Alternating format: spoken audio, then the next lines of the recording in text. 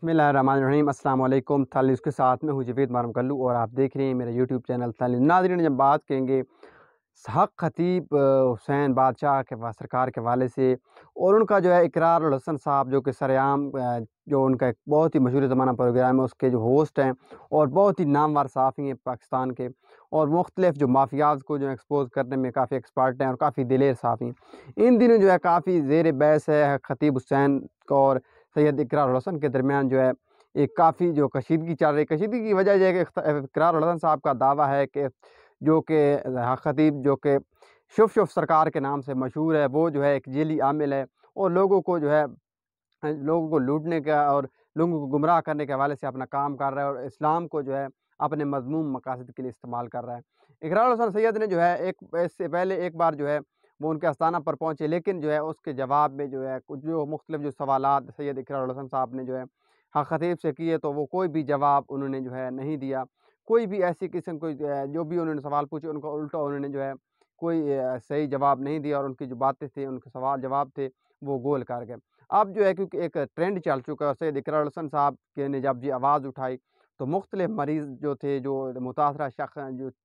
जो आवाम थी, उन्होंने बाकायदा सोशल मीडिया पर आकर बाकायदा तौर पर एक्सपोज़ किया कि ख़तीब जो है वो एक बड़े एक नंबर का जो है फ्रॉड है और बड़े पैमाने पर लोगों से धोखा कर रहा है और सादा लोगों को लूटने के अलावा जो है आपको बताएँ कि गुज़िश्ता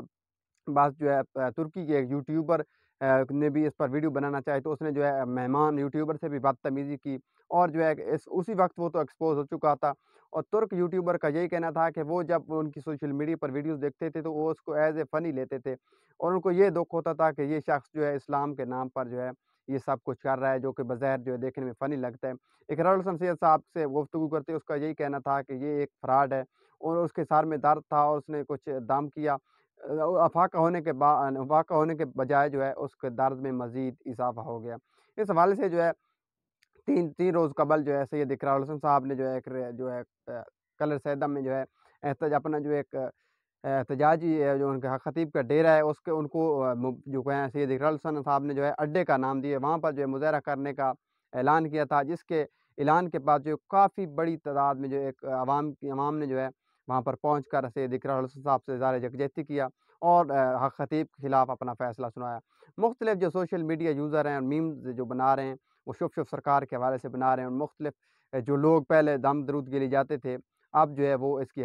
जो हकीकत जानकर जो है ख़तीब के अड्डे पर जो है काफ़ी इस वक्त जो है रश कम नज़र आ रहा है और लोगों का रुझान जो है अब ख़तीब की जानिब नहीं है। दूसरी जानिब ख़तीब भी अपने सोशल मीडिया पर जो है मुख्तलिफ अपने